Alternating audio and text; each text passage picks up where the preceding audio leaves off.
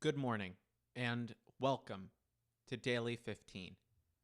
It's good to have you back. Today's excerpt comes from the very beginning of Wittgenstein's philosophy of psychology, a fragment. In it, he explores the conceptual connection between our form of life, our beings that talk, that feel feelings over the course of time rather than from moment to moment, and that plan and expect. He explores the connection between that and our feeling emotions like grief or hope. If you'd like to read along with us, you can head to alifeofthought.com/d15, or you can join the conversation. Remember, the things I say here are not supposed to be the final word. They're supposed to be the first word, especially with someone as hard to interpret as Wittgenstein. And if you'd like to join the conversation, you can head on over to community.alifeofthought.com. We'll get started then with paragraph 1. Wittgenstein begins. One can imagine an animal angry, fearful, sad, joyful, startled. But hopeful? And why not? A dog believes his master is at the door, but can he also believe that his master will come the day after tomorrow? And what can he not do here? How do I do it? What answer am I supposed to give to this? Can only those hope who can talk?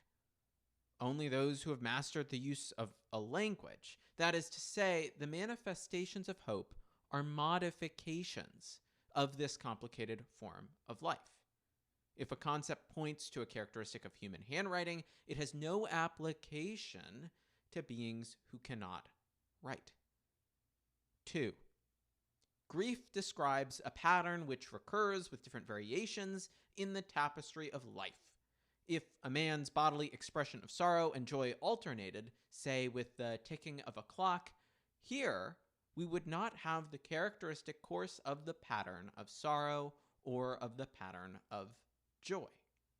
We'll begin immediately with our highlighted phrase. Wittgenstein says, "Can only those hope who can talk?" And here, Wittgenstein is bringing out one possible answer to the question that he asked at the beginning. Namely, what is it that the animal cannot do here? How do I do it? What answer am I supposed to give to this? He asks. Now, first, we should turn to that question. And at least from my perspective, though there's, of course, room to disagree, there does seem to be something odd about saying that an animal is hopeful. Certainly a pet, right? Like a dog. Like, really? The dog is hopeful? But it's absolutely crucial, however, before asking whether only those hope who can talk, to look at the question Wittgenstein is setting aside. Asking if there's something that I can do, of evoke an image of one kind or another, or, think about things like the person who I'm expecting with a certain accent or emphasis. Like there's some ability I have which the animal lacks, which my exercising of that ability constitutes my hoping. It's sort of confusing. These questions are confusing. And at the beginning, he says, what answer am I supposed to give to this? It's not obvious how to answer a question like that. So he puts it aside, and we should do the same. So it's better then to start with a more manageable kind of confusion. We have trouble imagining animals hoping or hopeful. Why? I suppose, to start, I can understand what it is for an animal to expect. My dog sees the car, and he knows that I normally come out of a car that looks like this one, and so he expects it'll be me. That is maybe an interpretation of what's going on in his head. His tail then starts wagging. He starts pulling on the leash of whomever is walking him at the time. It seems reasonable in such a case to say that he's expecting me. That's how we use the word expecting, and it is at home in our language to apply the word expecting to an animal in such circumstances. Yet when I try to imagine an animal hopeful, I sort of just draw a blank. Certainly more is required than mere expectation. There's some positive association with the expectation, maybe we want to say. There's a sense in which we want it. Yet it still isn't as simple as an explanation as expectation plus want. Because presumably dogs can want and dogs can expect, and yet we still can't imagine them hoping. And again, it's important to notice where we're being pulled here. We're being pulled in the direction of ability, of falling into the initial trap, the trap of imagining that there's some ability that the animal lacks, some positive association with an expectation, or some combination of mental states, some ability of hope. But there's something, again, objectionable about imagining that we say animals do and do not hope because there's something they can or can't do. Our goal, after all, is not to come up with a version of hope that makes sense in the case of an animal. It's to ask why we are so reluctant to extend talk of hope to animals when we are perfectly happy to extend it to other humans, and we're perfectly happy to extend things like desire or wanting or fear to an animal. So Wittgenstein moves to offer a potential explanation. Rather than talk about abilities, he wants to say, perhaps it is a precondition to our saying something hopes in one way or another that said thing can also talk. And that's what he's expressing in our highlighted phrase, can only those hope who can talk. It's easy to begin to think about why this should be. We can want without words. I might want a piece of cake without thinking about it verbally or internally. I don't need to say, I want that cake, or that looks good, in words, in the quiet of my mind. And we often imagine people having wants that are unbeknownst to them. It's not hard to extend this. Maybe that is why we have no issue extending the word to animals. Question: is the same true for hope? I'm not sure. It's not clear. But it does at least seem that we need not hope in words. Hopes are often not verbalized. And we often find ourselves hoping for something without realizing it. But Wittgenstein's point need not be understood as simply that hoping requires words. Perhaps, rather, it is only beings that we imagine can speak our language and, crucially, do the things associated with speaking our language. It's only those beings that we can imagine hoping. Or rather, it's not that hopes must be in words, but that it is only the sorts of beings that use our words that can hope. That attributing hope to someone involves imagining them to do things that it only makes sense to attribute to beings with a language. After all, hope is also more complex than wanting. It involves and it brings in a variety of other parallel feelings and concepts. Ascribing hope, that is. Part of what it is to hope is to make oneself vulnerable to disappointment.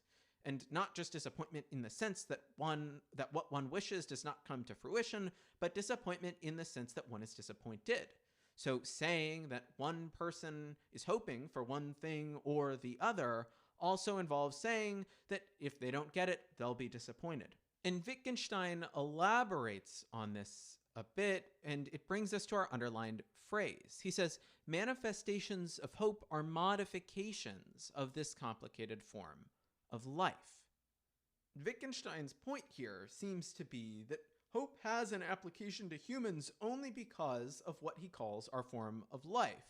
Or rather, when we say someone is hoping, when we ascribe that to them, we presuppose that they are able to engage in our form of life, and specifically, everything that has to do with our form of life as talking beings. What does this mean? Well, he gives us an example later. We might say of someone's handwriting that it is quote-unquote good cursive. Wittgenstein thinks then that when we imagine a dog hoping, there's a similar failure of application as the one present were one to imagine a dog having good cursive. Dogs can't write, and so it just doesn't make sense to say a dog has good cursive. And in the same way that good cursive has no application to beings who do not write, hope presupposes this whole host of practices in the same way that good cursive presupposes the ability to write cursive, having been trained in cursive, practicing on those sheets where you make the loop-de-doop-de I's or L's. I don't have cursive. Hope presupposes all these practices: speaking, planning, evaluating success or failure, the possibility of disappointment, of sadness, of depression, that give it a point. And to beings without the ability to engage in such things, the word hope has no application. And now, actually, is an important time to clarify that Wittgenstein is not making a claim about the feelings that we associate with hope and who and what can feel such feelings. We might imagine there's a sort of giddy anticipation we have when we feel hope. There's sort of no reason to suppose that said anticipation could not be felt by a dog or a dolphin. Rather, what Wittgenstein is trying to uncover is what it is that our concept of hope, the one we use when we say, I hope I'll see you there, or Joe hopes that Sally will show up to prom on time, what that concept presupposes, and what kind of beings it applies to, and specifically, why it does not apply to others. But that brings us to our circled phrase.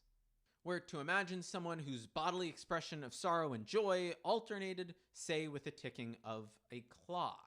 And this experience comes specifically in the context of someone grieving. Wittgenstein wants to ask whether such a person whose sorrow and joy alternate in such a way can be said to grieve. Now, Wittgenstein here is describing a kind of experience to which grief fails to be applicable.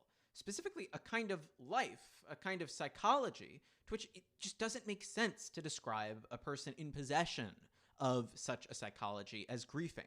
That's not how we use the word. A person whose life is so different from ours, a person whose way of feeling is so distinct, that it doesn't make sense to apply our normal ways of thinking and talking. And it's hard not to read into a parallel here. Grief happens in time. It is not an immediate feeling like a pain or a flash of anger. One way of reading Wittgenstein is that hope is similarly spread out. It can't just happen in a moment, and perhaps animals' lives lack the sort of temporality that ours do. They lack the ability to plan and all of that kind of thing. The groundwork, perhaps, which must be in place for an animal to do something that we call hoping. They lack the preparation. More generally, however, I suspect that Wittgenstein's goal is to draw a parallel. Grief requires a certain temporality and consistency in our emotions, and perhaps quite in the same way Wittgenstein wants to suggest, hope requires that we possess a family of abilities similarly complex, many of which require a language. And if a being lacks such a language, lacks the ability to talk, it lacks the modes of expression which are necessary for the term hope or hoping to be applicable in the first place. And so in the same way that our term grief just doesn't apply to someone who lives such a different life than ours, Wittgenstein wants to suggest that our word hope does not apply to animals. And so we simply say that such an animal, our dog or our pet, is merely anticipating or expecting. And so we're left only with our second paragraph or the third fragment. Wittgenstein begins, quote, "For a second he felt a violent pain," end quote. Now, Wittgenstein is reflecting, why does it sound odd to say, "For a second he felt a deep grief"? He asks. Only because it so seldom happens? If only we had another 15 minutes. If you'd like to read along, read the paragraphs and annotations for yourself, head on over to alifeofthought.com/D15. Or if you'd like to join the conversation, make your thoughts heard. This is a particularly challenging read, so any input is welcome. You can head on over to community.alifeofthought.com. Thanks so much for joining us this morning, and I'm looking forward to seeing you next time. Bye-bye.